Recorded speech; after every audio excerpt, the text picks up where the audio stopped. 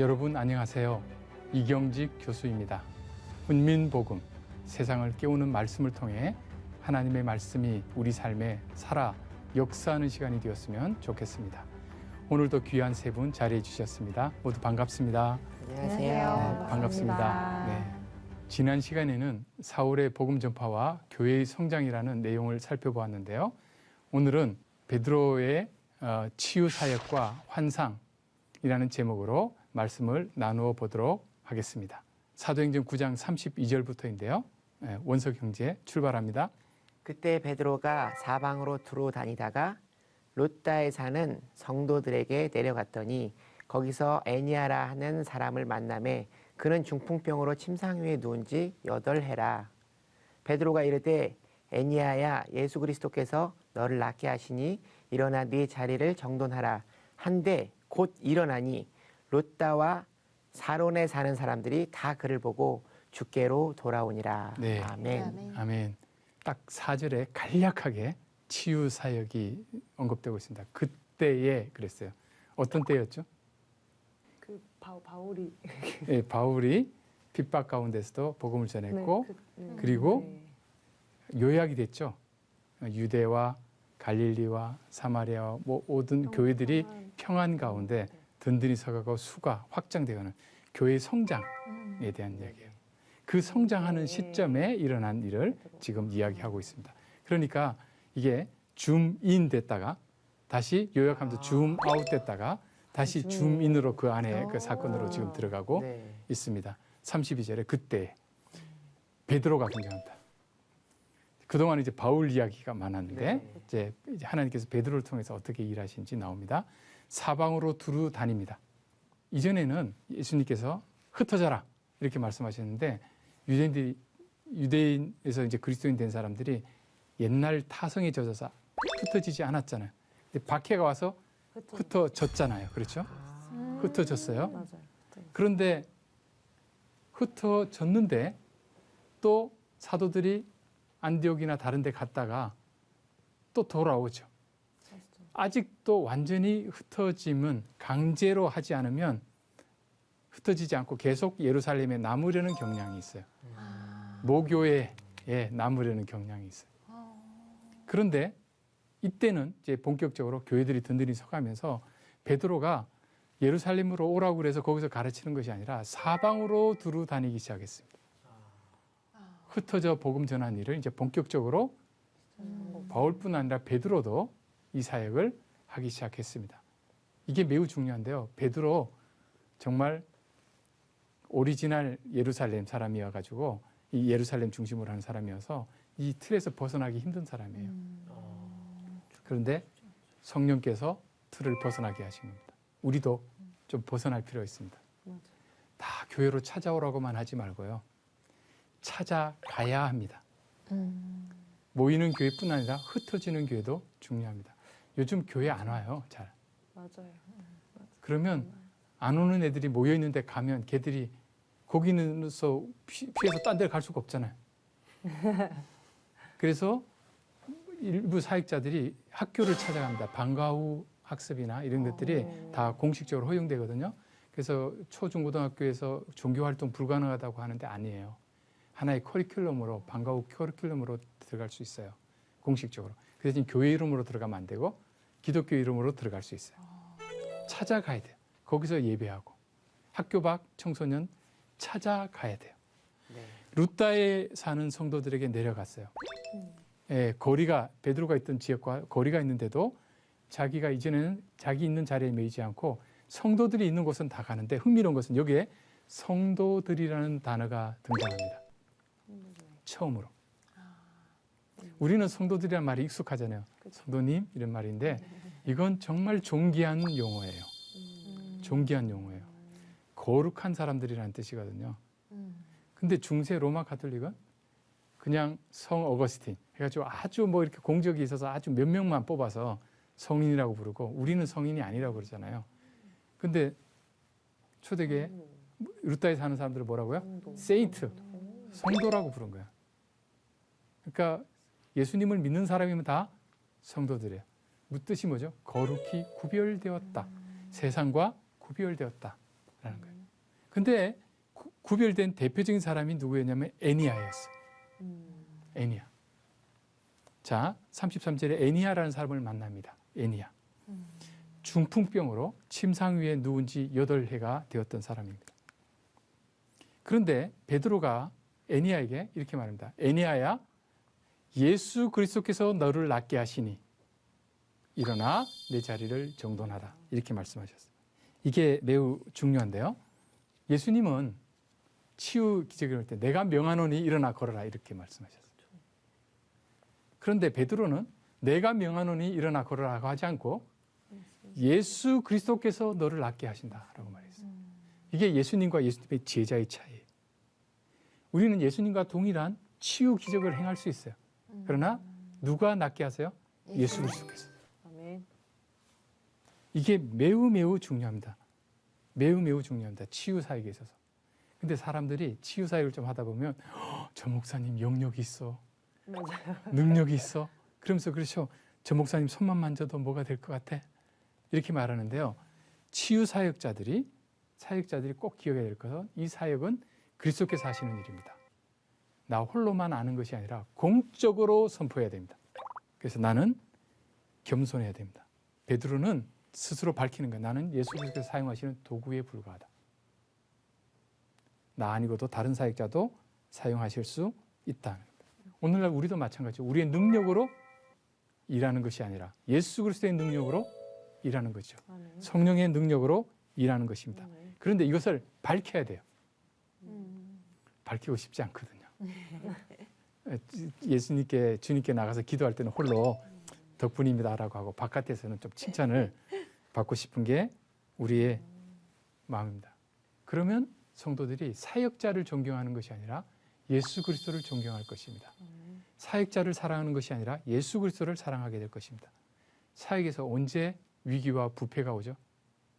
예수님을 사랑하지 않고 사역자를 사랑할 때. 예수님을 존경하지 않고 사역자를 존경할 때. 그러면 사역자를 무시하고 존경하지 않아야 될까요? 아니에요. 예수님이 들어 쓰시는 도구이기 때문에 귀하게 여겨야 되는 거죠. 아론의 지팡이는 아무것도 아니죠. 모세의 지팡이 아무것도 아니잖아요. 그러나 도끼에 넣어서 기억하잖아요. 하나님께서 우리와 함께 하셨다라는 것을 기억하잖아요.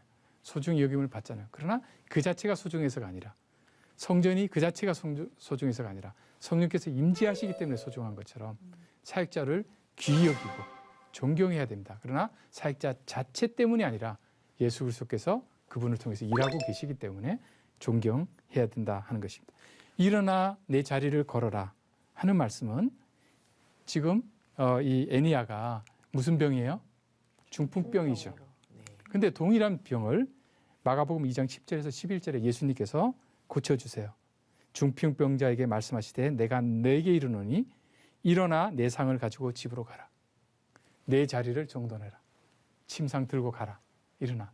예수님이 하신 말씀을 동일하게 이야기하는데 예수님은 내가 너에게 이르노니 베드로는요 예수 그리스도께서 너를 낫게 하신다. 요 차이, 이것을 꼭 기억할 필요 있습니다. 그랬더니 룻다와 사론에 사는 사람들이 다 그를 보고 누구를 보고요? 애니야를 보고 주께로 돌아왔습니다. 중풍병자인데요. 누운 지 침상에 누운 지 8해면 포기한 겁니다. 7이 완전 수인데 그것도 지나서 8이에요. 그러니까 이게 포기한 사람이에요. 그 동네 사람들 다 알아요. 그런데 하나님께서 일하시는구나. 예수 그리스도의 능력이 있구나 하는 것을 보고 예수 그리스도를 주로 고백하고 돌아옵니다. 저희 질문. 지금도 이런 일이 일어날 수 있을까요? 그 대신 내 이름으로가 아니라 예수 그리스도께서 너를 낫게 하시니. 왜 낫게 하실까요? 죽게 돌아오도록 하는 것이 목적입니다. 치유 사역을 통해서 치유 사역을 하는 사람이 얼마나 탁월한지를 보여주기 위해서나 그 사람이 존경받고 높이 들림 받도록이 아니라 사람들이 죽게 돌아오도록 하는 역할을 하는 겁니다. 그래서 선교지에 보면 치유 사역이 엄청나게 일어납니다. 복음이 처음 들어가는 곳에 놀라운 치유 사역들입니다. 근데 복음이 오래 들어가서 복음을 따른 사람이 많으면 잘 안 일어납니다. 왜요? 그게 목적이 아니거든요. 말씀으로 충만하기 때문에. 근데 말씀이 들어가기 위해서 뭔가를 깨야 될 때 네. 이런 치유 사역들이 일어난다고 보시면 되겠습니다. 애니야만 있었던 게 아니에요. 다비다가 등장합니다. 자, 읽어주시겠어요? 요바에 다비다라 하는 여제자가 있으니 그 이름을 번역하면 도르가라. 선행과 구제하는 일이 심히 많더니 그때에 병들어 죽음에 시체를 씻어 다락에 누이니라. 룻다가 요바에서 가까운지라 제자들이 베드로가 거기 있음을 듣고 두 사람을 보내어 지체 말고 와달라고 간청하여. 네. 이제 점입가경입니다. 8년 된 중풍병을 고치고 나니까 이제 죽은 사람이 등장을 했어요. 그런데 누가 죽었냐면 여제자가 죽었어요. 이 중요한 게요. 초대교회에 제자들이 남자들만 있었던 게 아닙니다. 여성들도 있었습니다. 근데 여성이나 남성이나 모두 다 뭐라고 불린다고요? 제자라고 불리고 있다고. 그 시대는 원래 여자가 평등하게 존대받던 때가 아니잖아요. 네. 그 이 시대에 영향을 주었던 음. 중요한 철학자 중에 한 명인 아리스토텔레스라는 사람이 있어요. 오늘날 대학에 전신을 세운 사람이에요. 그 사람이 뭐라고 그랬냐면 여성은 놀랍게도 인간의 언어를 구사하는 짐승이다. 이렇게 말했어요. 그냥 출산의 도구로 썼군요. 그렇죠. 출산의 도구, 그다음에 언어 소통이 가능한 우리 집에서 키우는 강아지 같이 사람이 아니라고 봤어요. 배울 만큼 배운 사람이 왜 그랬어요? 그렇죠. 그 당시에로는 가장 배운 사람인데도 여성을 사람으로 보지 않았던 거죠. 여성이 이렇게 평등하게 존대받은 것은 20세기 초에 와서 비로소 투표권을 갖습니다. 오랫동안 여성들은 인정받지 못했습니다. 하나님 앞에 동일한 하나님의 형상으로 지음받은 존재임에도 불구하고 역사 속에서 오랫동안 불평등 속에 있었습니다. 근데 놀랍게도 뭐라고요? 동일하게 제자라고 부르고 있다는 거예요. 그러니까 이 당시 복음이 얼마나 혁명적이었을까요? 그렇네요. 예. 그렇죠. 우리나라 선교 초기에도 뭐 그죠? 양반 상인인데 노비. 노비인데 같이 형제 자매하면서 성경 공부하고 있잖아요. 그래서 반대했고. 예. 양반들이 제일 싫어했죠. 네. 그렇죠. 예. 이게 세상과는 전혀 다른 질서가 일어난 거죠. 근데 그 제자 다비다가 있었고 번역을 했더니 도르가예요. 다비다나 그 도르가의 뜻이 뭐냐면 사슴이에요. 사슴하면 어떤 이미지가 떠올라요? 굉장히 아름답죠. 아름답고, 그죠? 네. 부드럽고, 착하고. 유순하고, 착하고, 그렇죠? 그래서 이 여성은 뭘 했냐면 선행, 특히 구제 사역을 근데 보통 하면 심이 많다고 그랬어요. 사슴 여인이었어요. 사슴 제자, 구제 심이 많이 하는 사람이었어요. 그런데 이렇게 좋은 일 하는 사람이면 잘 살아야 되잖아요. 네. 근데 병들어 죽었어요. 그럼 다른 사람들이 볼 때는 뭐라고 생각하겠어요? 야, 소용없네. 이렇게 생각할 수 있잖아요. 그런데 이 사람의 시체를 띄어 다락에 누워놨습니다. 그런데 이 요바에서 가까운 지역이 룻다였습니다. 룻다에 베드로가 있음을 제자들이 듣고 지체 말고 와달라고 간청합니다.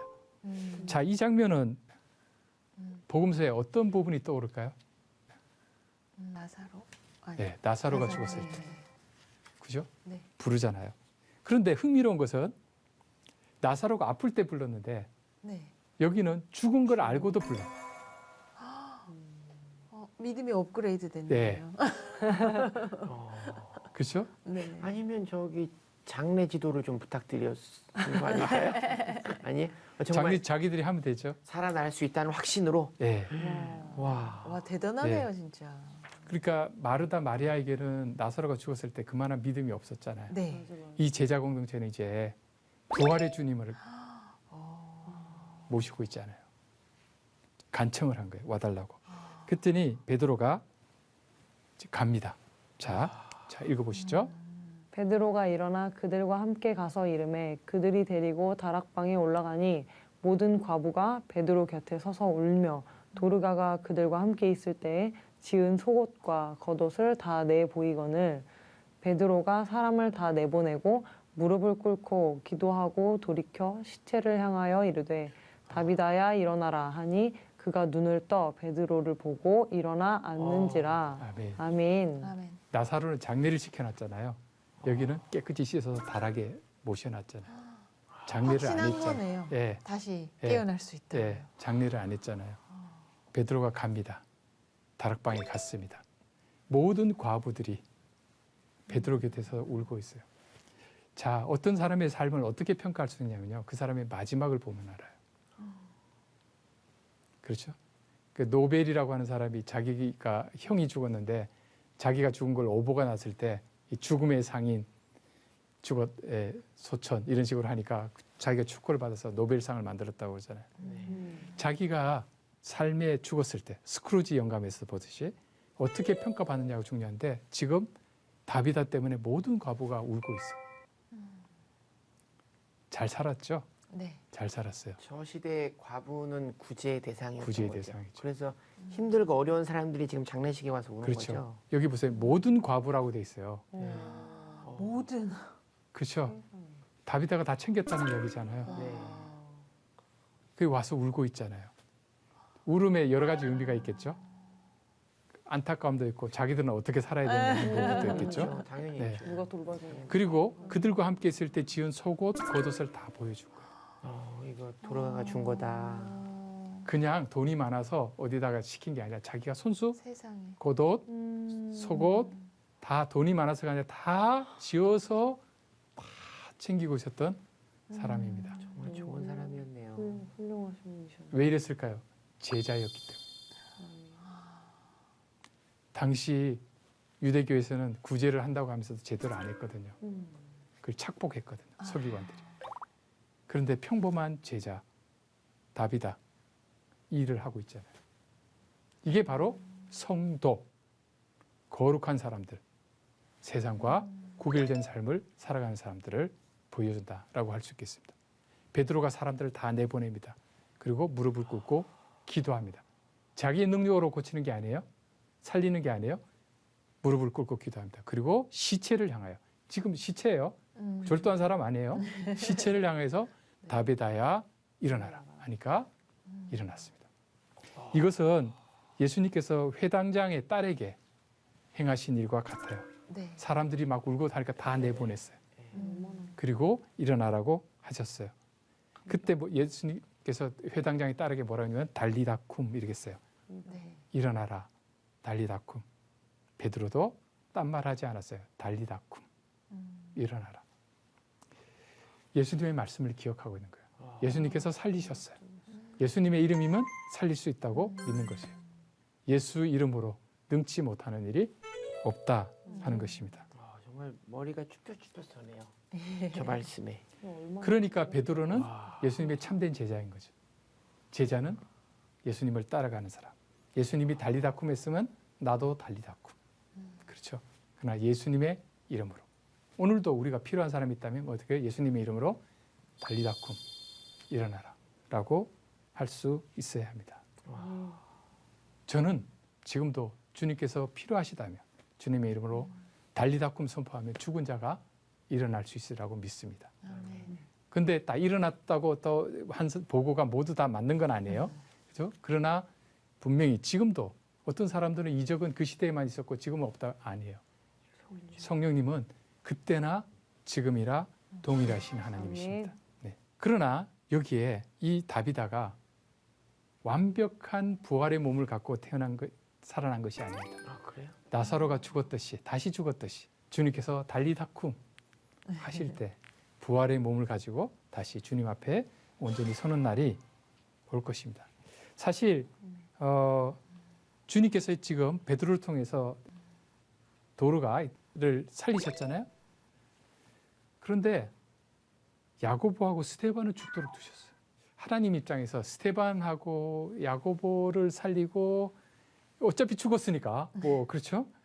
그냥 두는 게 나을까요? 아니면 이쪽을 살리고 베드로하고 스데반은 죽이도록 하는 게 나을까요? 주님이 하신 게 맞죠. 네, 그래요. 정답이네요. 주님의 뜻은 우리가 헤아릴 수가 없어요. 네. 우리가 계산할 때는 하나님 뭔가 잘못하신 것 같아요. 스데반과 같은 중요한 인물, 야고보 사도 같은 중요한 인물은 왜 손을 안 대시고 보호를 하시고 여기 죽은 자를 살리신 분이 살아있는 멀쩡한 사람 공격받고 죽임을 당하는데 왜 기적적으로 간섭 안 하셨는가? 이렇게 말할 수 있습니다. 우리는 하나님의 무한하신 지혜와 지식을 신뢰하고 따라야 합니다. 자, 도르가 입장에서 생각해 보죠. 도르가는 다시 사는 게 좋았을까요? 아니면 그대로 천국 가는 게 좋았을까요? 그대로 천국 가는 게 좋았죠. 아멘. 아, 정말 그대로 천국 그래요. 가는 게 좋았죠. 근데 왜 살리셨을까요? 할 일이 있어서. 아까 모든 과부들이 울고 있잖아요. 그게 할 일이. 성도로서 그 과부들을 걷어 지어주고 계속 케어를 해야 되잖아요. 하나님은 그냥 죽은 것이 안타까워서 살리시는 것이 아니라 사명을 위해서 살리십니다. 도로가 깨었을 때 별로 안 기뻐했을 모습을 생각하니까 아니요, 기뻐했을 겁니다. 아, 그럴까요? 사명을. 사람들이 하나님께서 있으니까. 사도 바울을 통해서도 고백하시죠. 내가 지금은 주와 함께 있는 것이 더 나에겐 낫지만 복음과 이 사역을 위해서 내가 어쩔 수 없이 여기 있는 것을 택한다. 이렇게 말하잖아요. 우리는 천국에 안 가고 싶어가지고 그죠? 여기 너무 좋아가지고 좀 하나님 수명 좀 연장해 주시고 뭐 이렇게 그게 아니고 지금 가는 게 나에게는 가장 기쁜 일이지만 사명을 위해서 주님께서 제자로 나에게 맡긴 이 일을 위해서 내가 부득이 여기서 남아서 한다 하는 것을 하면 죽음은 두려워하지 않겠죠. 그렇죠? 네. 그리고 죽는 상황에서도 하나님 필요하시면 다시 살리실 거다. 이렇게 말씀드릴 수가 있겠습니다. 자, 그 다음에 베드로가 이런 두 번의 이적을 행한 후에 41절 이제 42절에 결과가 나타납니다. 자, 원서경제. 베드로가 손을 내밀어 일으키고 성도들과 과부들을 불러들여 그가 살아난 것을 보이니 온 요파 사람들이 알고 많은 사람이 주를 믿더라. 아멘. 아멘. 성도들에게만 보인 것이 아니라 과부들에게 보였어요. 과부들은 얼마나 기뻤을까요? 그렇죠? 깜짝 놀랐겠죠. 예. 그리고 살았다. 그 다음에 온 요파 사람들이 이것을 다 알았어요. 그런데 네. 많은 사람이 주님을 믿는 놀라운 일이 있는데 모든 사람이라고 그러지는 않아요. 그러네요. 많은 아까는 사람이. 8년 중풍병일 때는 모든이었죠. 그렇네요. 그렇죠. 기적의 세기로 치면 이게 훨씬 더 셀 터인데 이상하네요. 그렇죠. 우리는 기적이 세야지 이게 비례한다고 생각하는데 그렇지 않아요. 때로는 전혀 기적 같지 않은 아주 평범한 것 때문에 모든 사람이 믿을 수도 있고요. 아무리 놀라운 기적이라도 이집트 파라오의 강팍한 마음처럼 받아들이지 않는 사람이 있어요. 그러면 이거 열매를 보고서 앞에 기적이 더 효과적이었네. 우리가 이렇게 말할 수 있는데 그렇지도 않아요. 그건 하나님께서 판단하실 일이죠. 하나님께서 하실 일. 우리는 그저 주님께 의지하고 나가는 수밖에 없습니다. 그리고 나서 이제 사도행전 9장 43절부터는 새로운 또 다른 사건이 펼쳐져요. 이 기적한 다음에 아까 교회가 커간다고 그랬잖아요. 이방인을 향한 사역의 본격적인 계기가 되는 놀라운 사건으로 다시 줌인해서 들어갑니다. 자, 읽어보시겠어요? 베드로가 요빠에 여러 날 있어 시몬이라 하는 무두장이의 집에서 머무니라. 네, 요빠에 지금 이 사건 때문에 왔잖아요. 와서 이제 머물게 됐어요. 그런데 누구 집에 머물냐면 무두장이에요. 네. 무두장이가 뭐 하는 사람이죠? 낯설죠. 순 우리말이니까 더 순으로 말이. 장이 무슨 쟁이, 구두쟁이 뭐 하듯이 도축업을 하는 아, 우리나라 말하면 옛날 백정에 해당되는 네, 사람. 네, 네. 이 사람들은 피를 만지잖아요. 시체를 만지잖아요. 유대인들이 꺼려하는 사람들이었습니다. 그런데 그곳에 누가 가 있어요? 베드로가 베드로가. 가서 거기에 묻는 거예요. 음식 정결법, 그다음에 안식일 준수 이런데 굉장히 엄격했던 유대인들은요. 이 사건을 보고 충격을 받는 거예요. 베드로가 이 제정신 아니다. 정결한 유대인 같으면 이 동물 도축하는 사람 집에 머물지도 않고 만나려고 들지도 않을 겁니다. 그리고 이런 사람들의 집은 일반 유대인들의 집에서 한 15m 이상 떨어져서 따로 나쁜 의미에서의 거룩 구별돼서 살았어요. 우리도 예전에 백정 뭐 이런 사람들을 천시했잖아요. 네. 조선시대 때. 그래서 뭐 시집도 안 보내고 그쪽으로 네. 뭐 이런 일이 생겼잖아요. 지금은 보내죠. 지금 그냥 뭐 너무 좋으니까. 그런데 이 당시에는 이건 꺼려하는 사람인데 이 사람들의 집에 들어가서 살고 있는, 머물고 있는 겁니다. 큰 변화가 일어나고 있었던 것입니다. 우리도 마찬가지예요. 우리가 가지고 있는 편견 이런 것 때문에 무드장이 집이 이방인을 향한 복음 사역의 전초 기지가 되는 출발점인데 우리의 편견 때문에 맞아요. 하나님께서 그 장소를 제공하는데 안 돼요. 여기는 안 돼요. 여기는 안 돼요. 이건 이래서 안 되고 저래서 안 되고 자기의 고집을 피워서는 안 될 것입니다. 예수님을 만난 사람이라면 유대교의 옛 율법에서 벗어나 자유롭듯이 하나님께서 새로운 지평으로 주시는 것들을 바라볼 수 있는 영적인 눈이 열린다면 사이계의 폭과 넓이가 커지리라고 생각을 합니다. 오늘은 여기까지 하고요. 여러분의 질문을 받도록 하겠습니다. 야, 저는 그 첫 번째 바울의 이야기부터 오늘 베드로 얘기까지 총 3회의 사도행전 말씀이 지속되는 동안 내 지난 시간의 경험치라는 것이 얼마나 필요 없는 것인지 네, 정말 가슴 깊이 깨달았습니다. 네, 네. 아멘, 아멘. 아멘.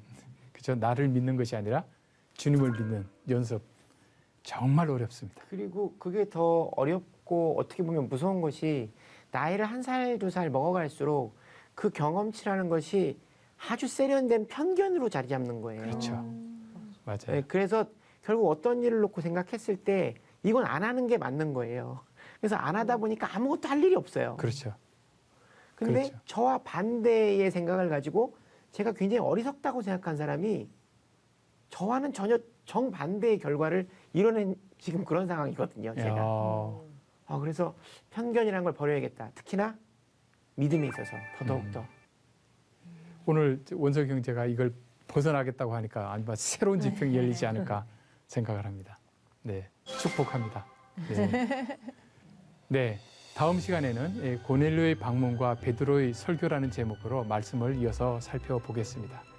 우리의 고집, 또 습관, 편견을 넘어서 하나님의 기준에 합당한 삶을 살아가는 우리 모두가 되었으면 좋겠습니다. 함께해 주신 여러분 고맙습니다. 감사합니다. 감사합니다.